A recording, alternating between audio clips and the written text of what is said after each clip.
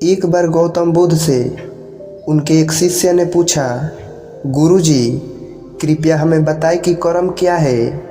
गौतम बुद्ध ने अपने शिष्य से कहा कि कर्म को समझने के लिए मैं तुम्हें एक कहानी सुनाता हूँ। इस कहानी से तुम समझ जाओगे कि कर्म क्या है। बुलंद शहर का राजा घोड़े पर बैठकर अपने राज्य का भ्रमण कर रहा था। चारों तरफ भ्रमण करने के बाद वह एक दुकान के सामने आकर रुक गया।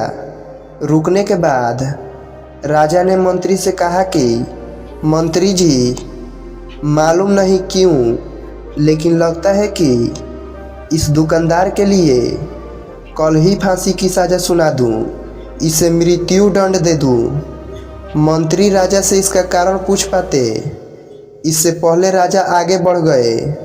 मंत्री ने इस बात का कारण पता करने के लिए अगली सुबह भेष बदली और आम जनता का रूप लेकर दुकानदार के पास जा पहुंचा।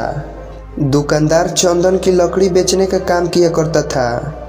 मंत्री ने दुकानदार से पूछा कि तुम्हारा काम कैसा चल रहा है।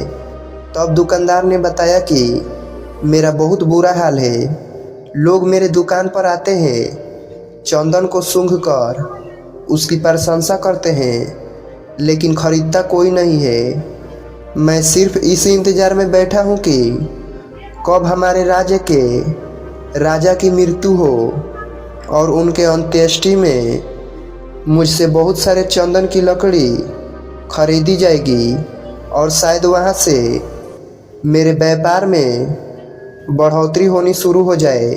मंत्री को सारी बात समझ में आ गई कि यही वह नकारात्मक विचार है जिसने राजा के मन को भी नकारात्मक किया।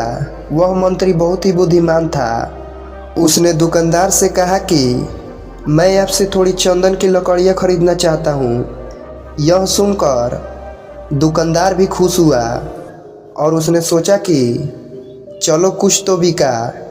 उसने चंदन की लकड़ी को कागज़ से लपेटा और अच्छी तरह से पैकिंग करके वह लकड़ी मंत्री को दी। मंत्री अगली सुबह चंदन की लकड़ी लेकर राजा के दरबार में पहुँचे और राजा से कहा कि महाराज, वह जो दुकानदार है उसने आपके लिए तोहफे के रूप में चंदन की लकड़ी भेजी है।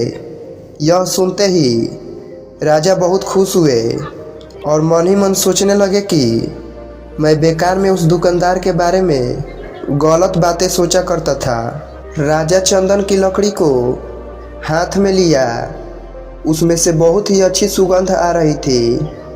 राजा इससे बहुत ही खुश हुए और उसने दुकानदार के लिए मंत्री के हाथों सोने के सिक्के भिजवाए।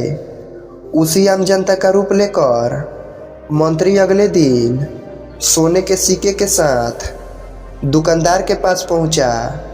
दुकानदार बहुत ही खुश हुआ और उसने सोचा कि मैं राजा के लिए कितनी गलत बातें सोचा करता था।